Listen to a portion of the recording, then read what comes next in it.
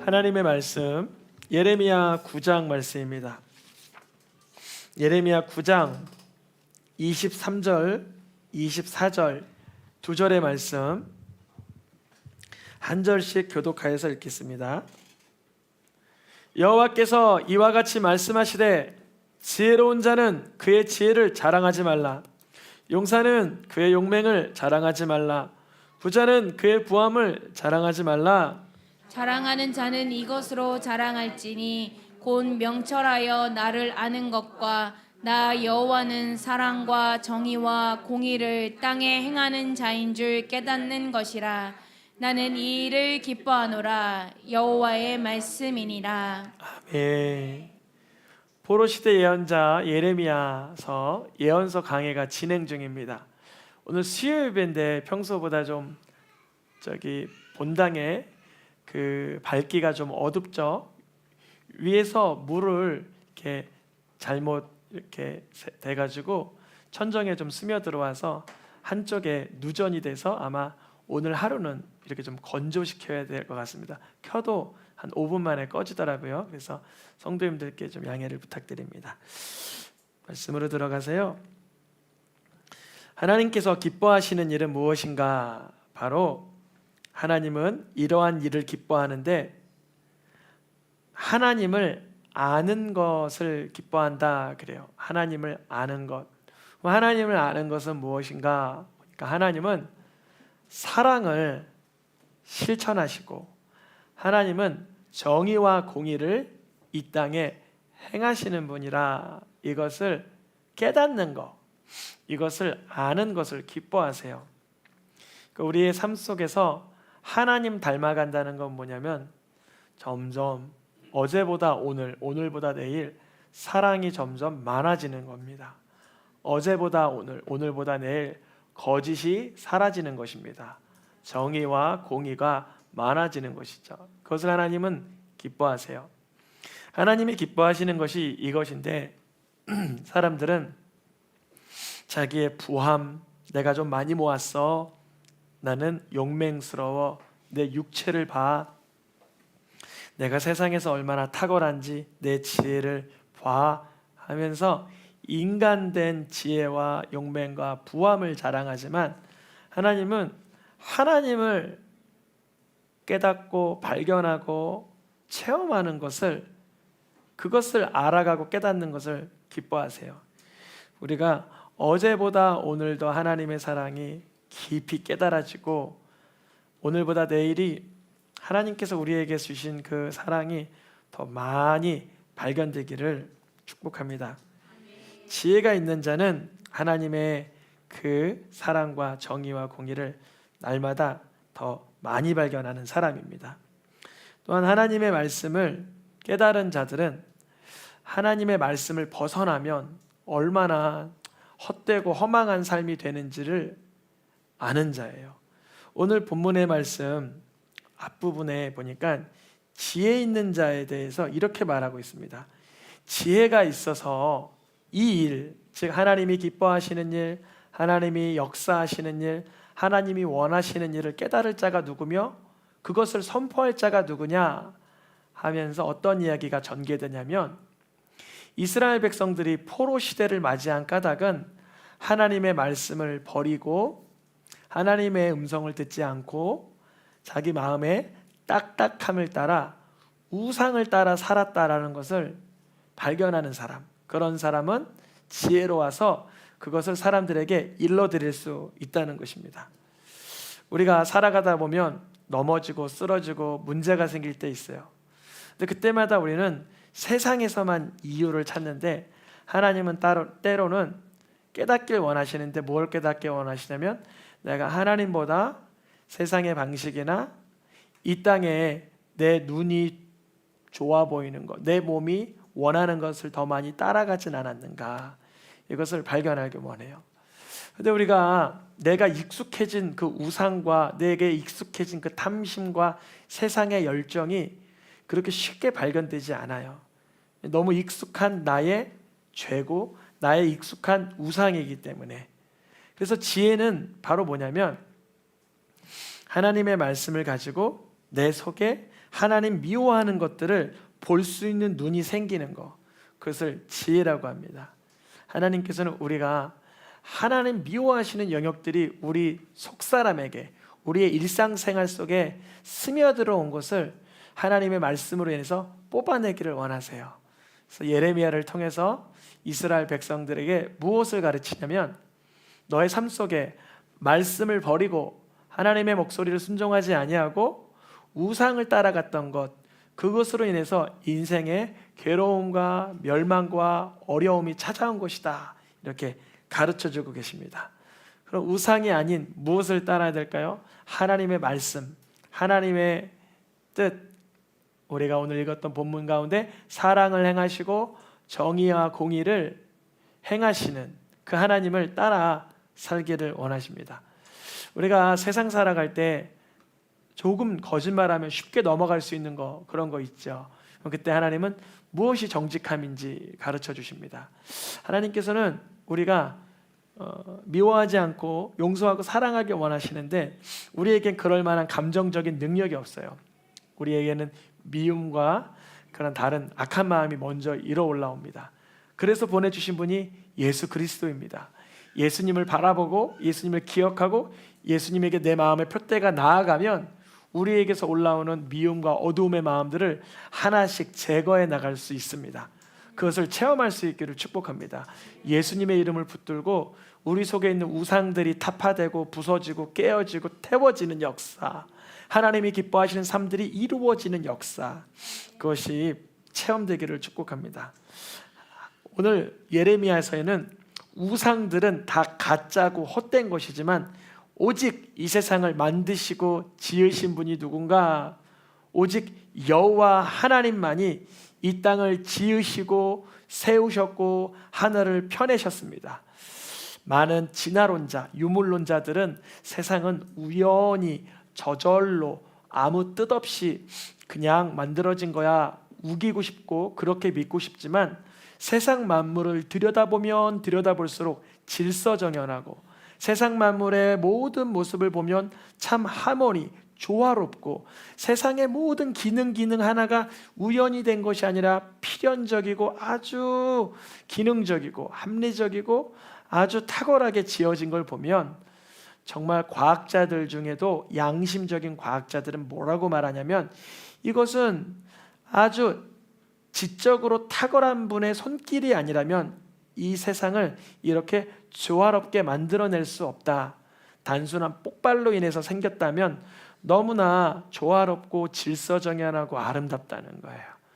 꽃 한 송이만 봐도, 꽃이 이렇게 보면 꽃 중에 여러분 혹시 균형이 맞지 않고 못생긴 꽃 보셨어요? 못 보셨죠? 꽃들은 좌우 대칭 아니면은 이렇게 전체 타원, 이렇게 원 안에서 균형 감각 있게 이렇게 자라 나오는 걸 봅니다.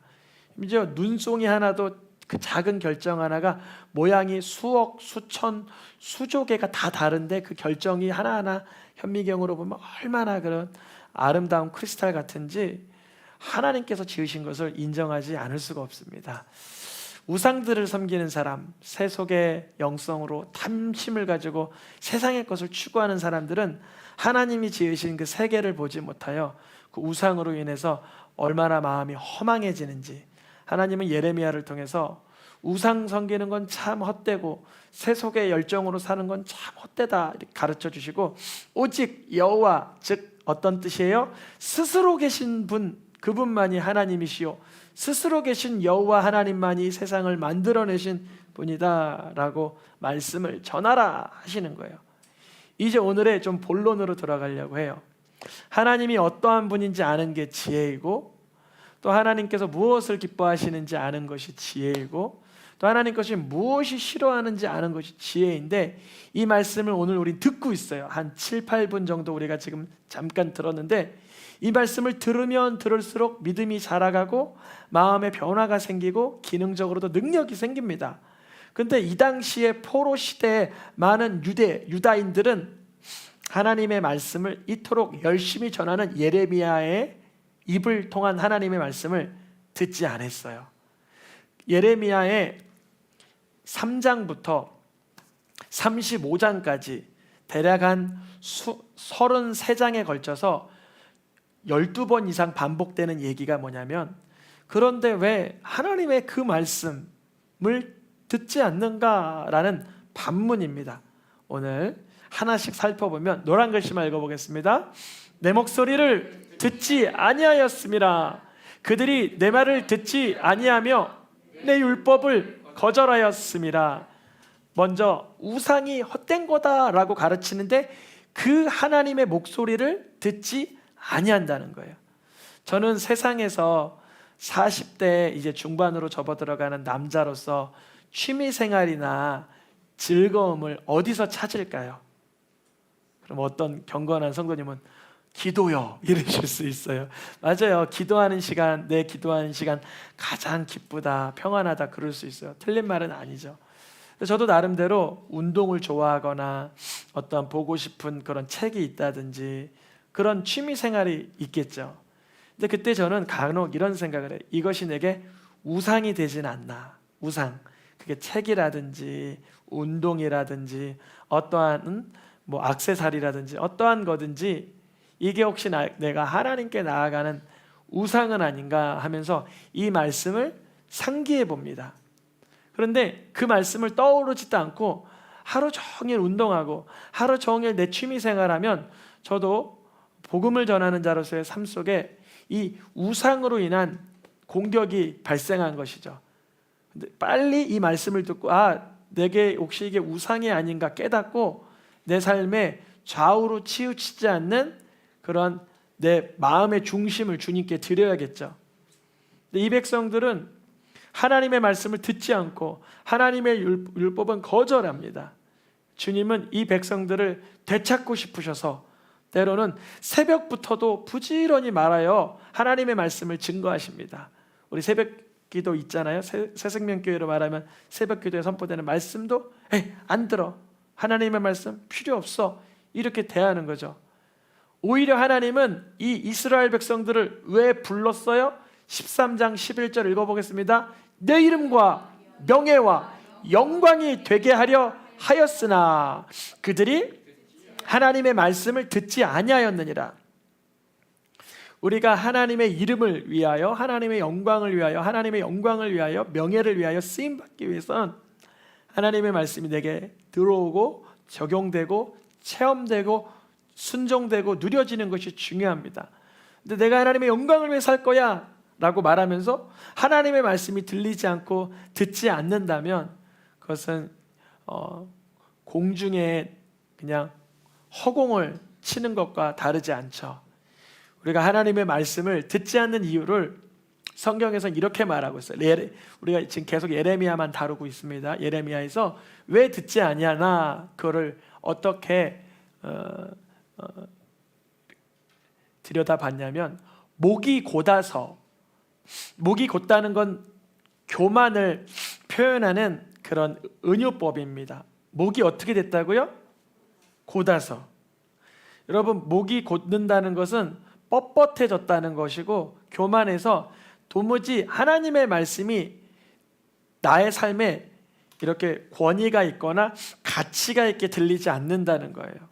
이스라엘 백성들은 우상을 더 추구하고 하나님의 말씀을 벗어나고 말씀을 듣지 않아도 이제 뻣뻣할 수 있는 상태가 되었습니다. 그러면 이제 하나님께서는 가르치려고 해도 듣지 않고 교훈하려고 그래도 듣지 않고 불러도 듣지 않고 한다면 방법이 어디 있을까요? 이제 방법은 하나님이 매를 드시는 방법밖에 없어요. 매라는 거는 책망과 진노와 심판을 말하겠죠. 그러나 사랑하셔서 징계하시는 거예요. 하나님의 말씀을 벗어나 세상의 세속의 열정으로 살면 결국은 그 허망함으로 인해서 멸망하고 무너져 내리고 세상의 끝이 날 텐데, 아무리 가르치려고 해도 새벽부터 말하여도 교훈을 하려고 해도 받지 않고 듣지 않으니 주님이 이제 매를 드십니다. 이제는 너희가 듣지 아니하면 어떻게 할 거라고 주님 말씀하시는데, 너희가 하나님의 말씀을 교만하여 듣지 아니하면 어떤 일이 발생한대요? 눈물 흘려 통곡하는 일이 발생하리라. 너희가 하나님의 말씀을 듣지 아니하고 더 이상 이제 주님의 말씀으로 반응하지 아니하면 이 집이 황폐하게 되리라. 그러면 눈물 흘려 통곡하게 되고 집이 황폐하게 되는 건 저주일까요? 복일까요? 여기서 이제 조심스러워요. 이게 눈물 흘려 통곡하면서 집이 황폐하게 돼서 그때라도 깨닫고 회개하고 하나님의 뜻으로 살려고 하면 복이에요. 근데 이제 이것을 저주로 여기고 심판으로 여기고 끝자락이라고 여기고 주님께 나아가지 않는다면 그야말로 이 징계가 저주가 돼버리는 거죠. 주님은 이때 하나님의 말씀을 듣지 않고 눈물 흘려 통곡하여도 이때 뭐라 그러냐면 하나님은 듣지 않는다 그랬어요. 하나님의 말씀을 누가 듣지 않았어요? 계속 백성들이. 이제 하나님이 하나님의 말씀을 듣지 않는 백성들을 징계하실 때 통곡하고 애처롭고 가슴을 치며 괴로워하지만 이제부터는 반전이에요. 하나님이 듣지 않으세요. 이제는 말씀해 보니까 재앙이 너희에게 임했느냐? 내게 부르짖을지라도 뭐 하신다 그래? 하나님께서 안 들을 거야. 왜냐하면 너희들이 하나님 말씀 안 들으니까. 고난으로 말미암아 부르짖어도 하나님은 뭐 하지 않으신대요? 듣지 않을 거야. 너희들이 말씀을 듣지 않는다면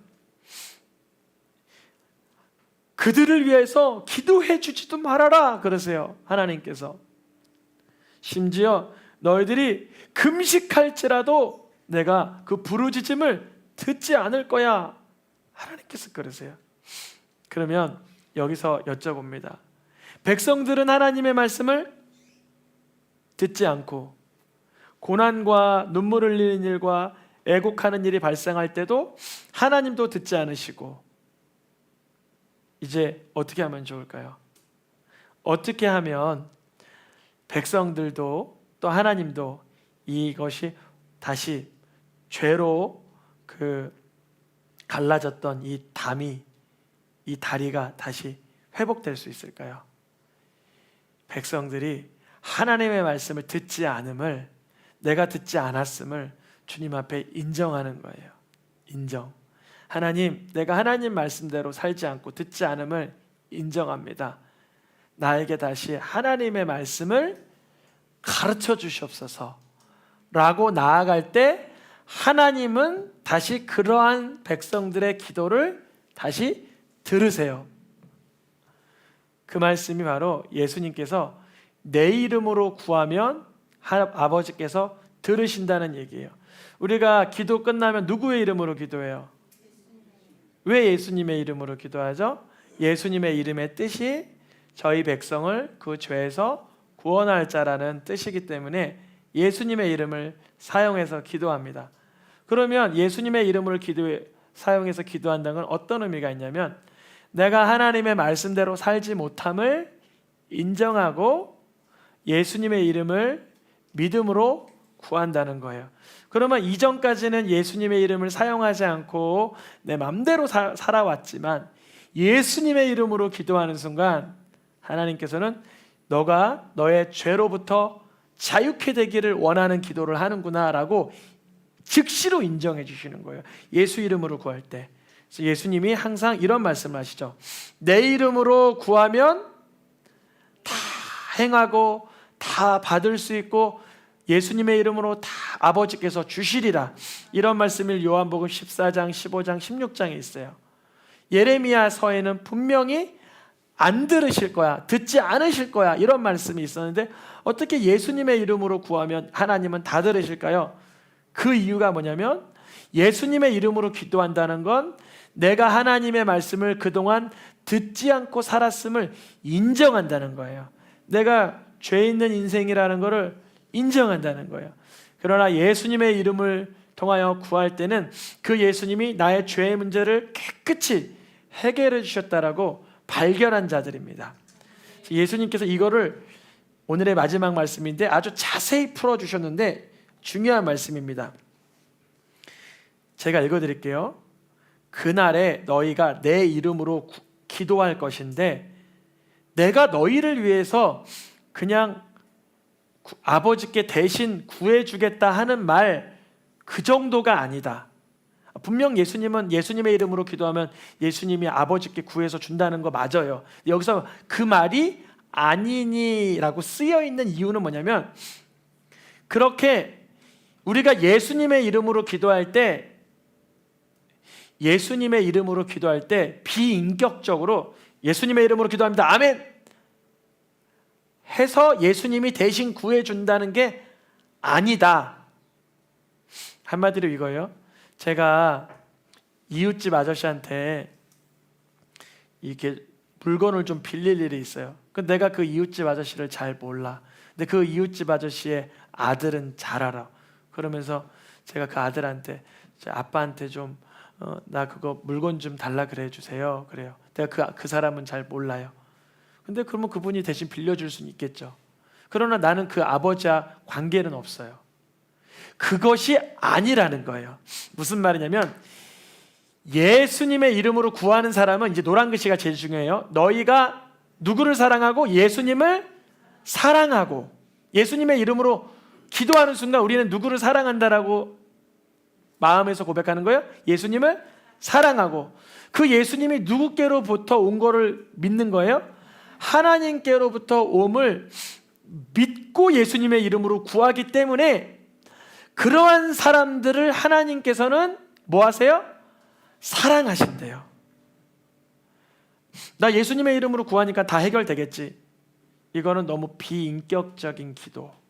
그러나 예수님이 나를 위해서 십자가 죽어주심을 믿고 그 예수님을 나로 인하여 희생하신 하나님의 아들임을 믿고 구하는 자는 예수님을 사랑하고 하나님을 알았고 믿었기 때문에 하나님이 그러한 사람들은 사랑하셔서 응답해 주신다는 거예요. 우리가 예레미야 시대에는 사람들이 말씀도 안 듣고 기도하여도 응답도 안 됐지만, 오늘날 이 시대에는 예수님이 나를 위해 십자가에 달려 죽으심을 발견한 자들은 예수님을 사랑하게 되고, 예수님이 바로 유일하게 하나님의 독생자 아들 성자 하나님이신 줄 믿고 구하기 때문에 하나님께서 응답해 주신다는 말씀입니다. 우리가 일상생활 속에서 우리에게 무지함과 연약함으로 가끔은 기도 응답이 더디고 할 때 있지만, 다시 예수님이 날 위해 십자가 지시고 날 위해 성육신하시고 날 위해 헌신하심을 기억하고 다시금 되뇌이면서 하나님께 그 예수님의 이름을 사용하여 구할 때 주님이 역사해 주십니다.